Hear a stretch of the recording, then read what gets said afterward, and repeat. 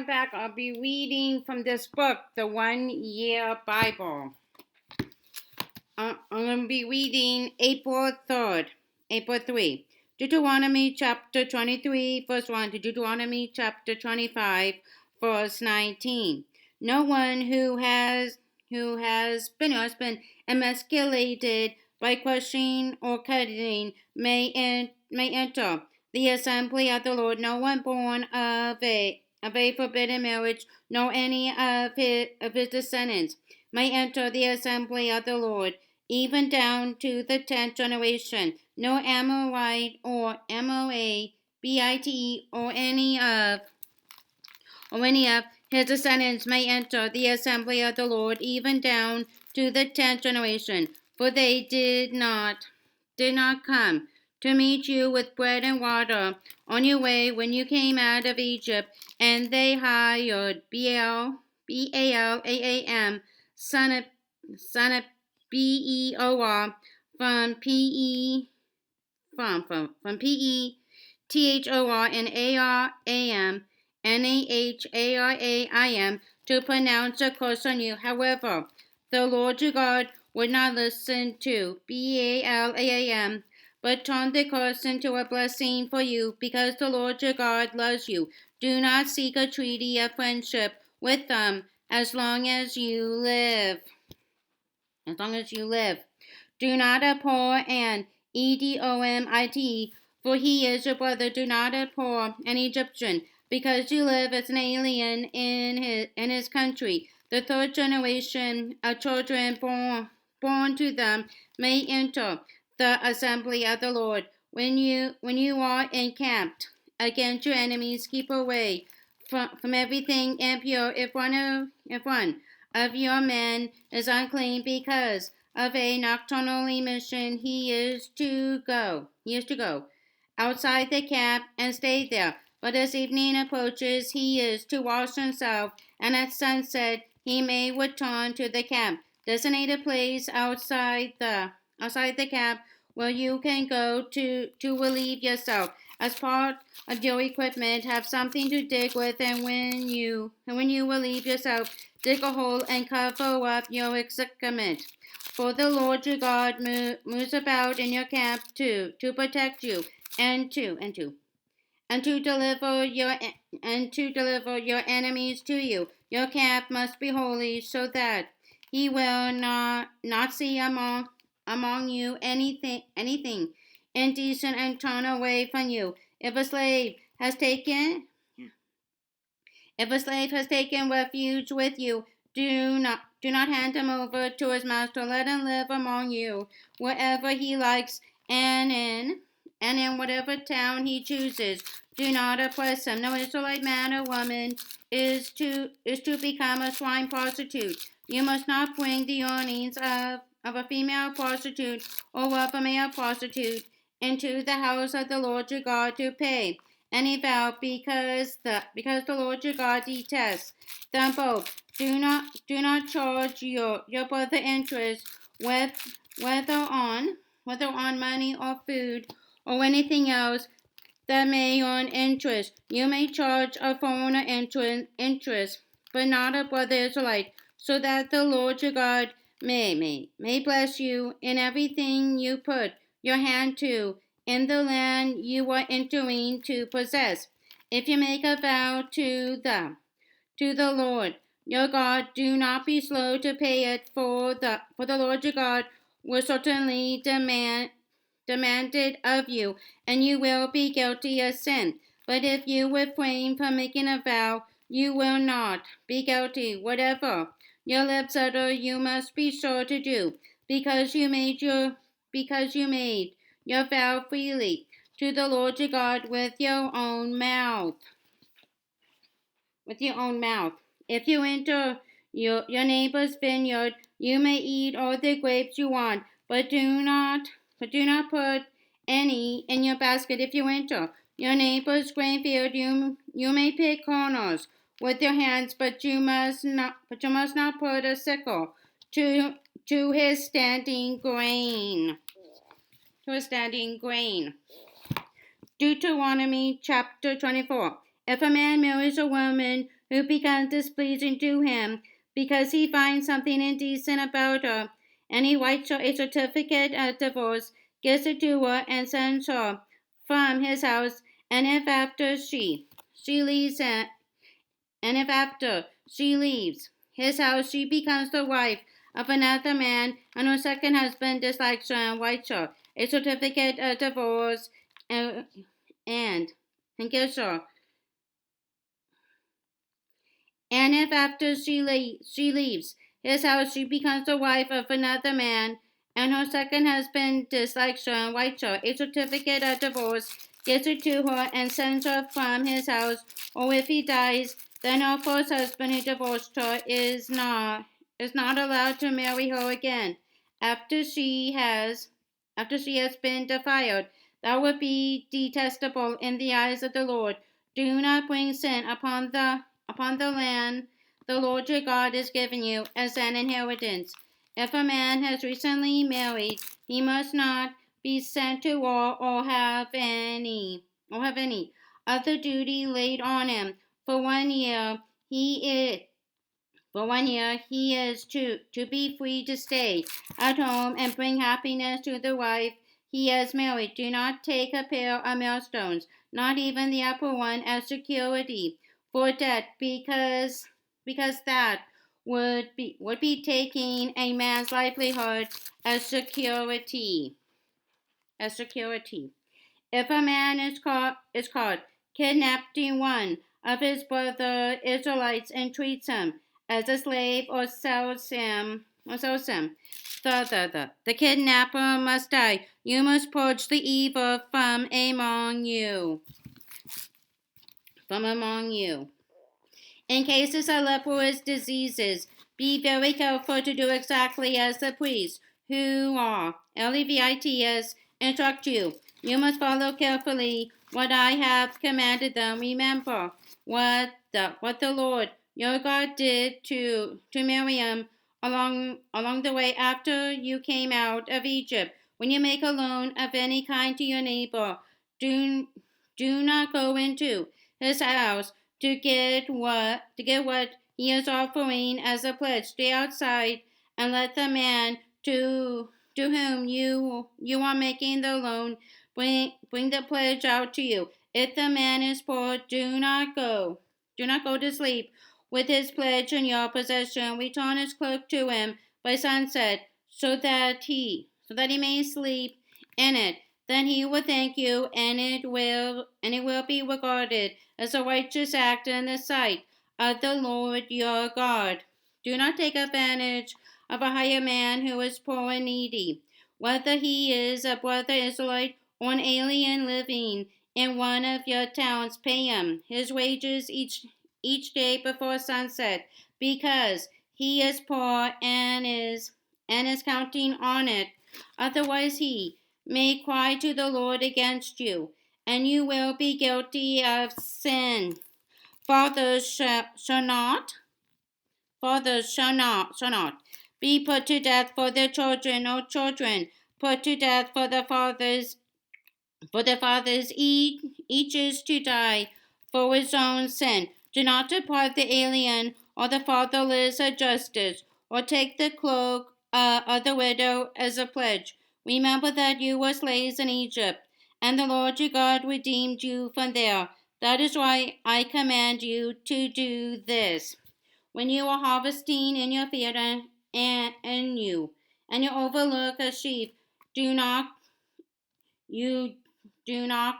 go back. Do not go back to get it. Leave it for the alien, the fatherless, and the widow, so that the Lord your God may bless you in all the work of your hands. When you beat the olives from your trees, do not go over the branches a second time. Leave what remains for the alien, the fatherless, and the widow.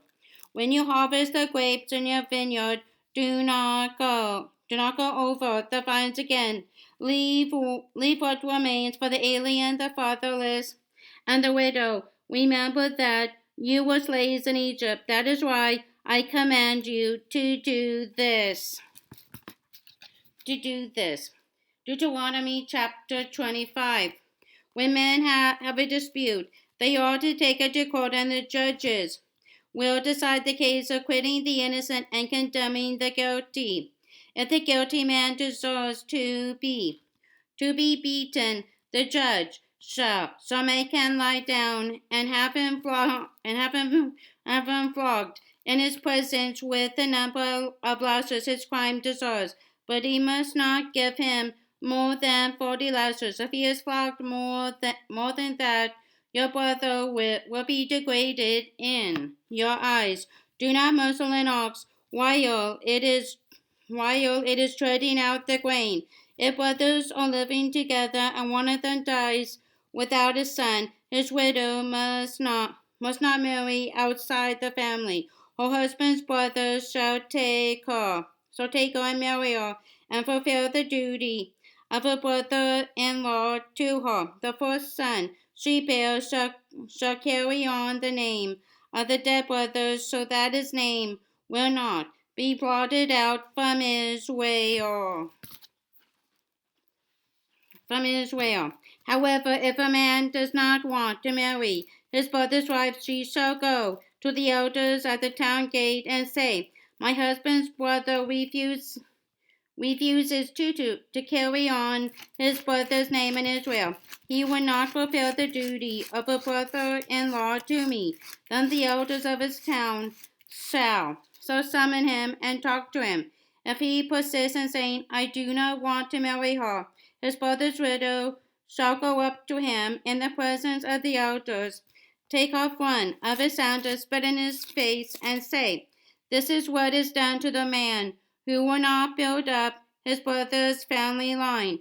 That man's line shall be known in Israel as the family of the unsandered. If two men are fighting, and the wife of one of them comes to rescue her husband from his assailant, and she reaches out and seizes him by his private parts, you shall cut off her hand. Show her no pity. Do not have two different weights in your bag, one heavy, one light. Do not have two different measures in your house, one large and one small. You must have accurate and honest weights and measures, so that you may live long in the land the Lord your God has given you. For the Lord your God detests anyone who does these things, anyone who deals dishonestly. Remember what the Amalekite did to you along the way when you came out of Egypt. When you were weary and worn out, they met you on your journey and cut off all who were lagging behind. They had no fear of God. When the Lord your God gives you rest from all the enemies around you in the land He has given you to possess as an inheritance, you shall blot out the memory of Amalek from under heaven. Do not forget. Luke chapter 10, verses 13 to 37. Woe to you, Korazin! Woe to you, Bethsaida! For if the miracles that were performed in you had been performed in Tyre and Sidon, they would have repented long ago, sitting in sackcloth and ashes. But it will be more bearable for Tyre and Sidon at the judgment than for you. And you, Capernaum, will you be lifted up to the skies? No, you will go down to the depths. He who listens to you listens to me. He who rejects you rejects me. But he who rejects me rejects him who sent me. The 72 returned with joy and said, "Lord, even the demons submitted to us in your name." He smiled. I saw Satan fall like lightning from heaven. I have given you authority to trample on snakes and scorpions and to overcome all the power of the enemy. Nothing will harm you. However, do not rejoice that the spirits submit to you, but rejoice that your names are written in heaven. At that time, Jesus, full of joy through the Holy Spirit, said, I praise you, Father, Lord of heaven and earth, because you have hidden these things from the wise alone and revealed them to little children. Yes, Father, for this was your good pleasure. Your good pleasure. All things have been committed to me by my Father. No one knows the Son. No one knows who the Son is except the Father. And no one knows who the Father is except the Son and those to whom the Son chooses to reveal him. Then he turned to his disciples and said privately, Blessed are the eyes that see what you see. For I tell you that many prophets and kings wanted to see what you see, but did not see it, and to hear what you hear, but did not hear it.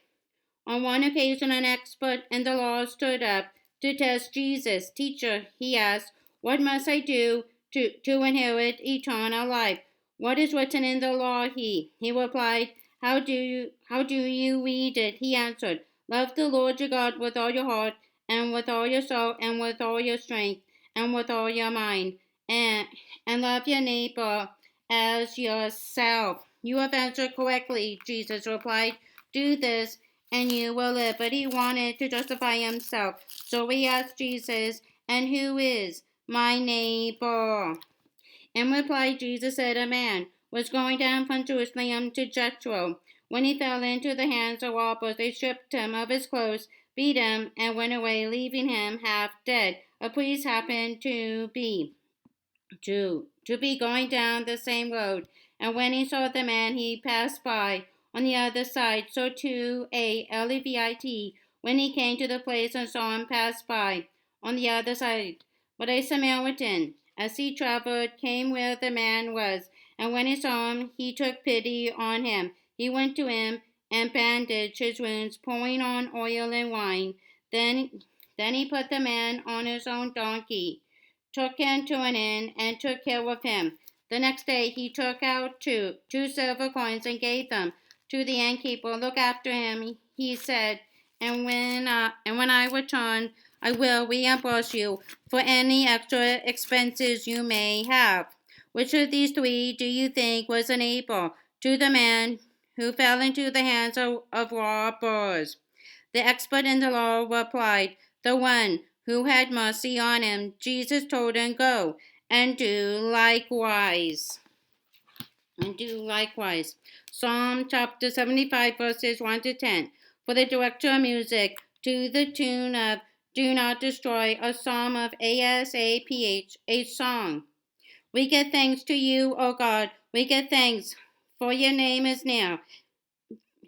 For your name is near, men tell of your wonderful deeds. You say, I choose the appointed time. It is I who judge uprightly. When the earth and all its people quake, it is I who hold its pillars firm. Selah.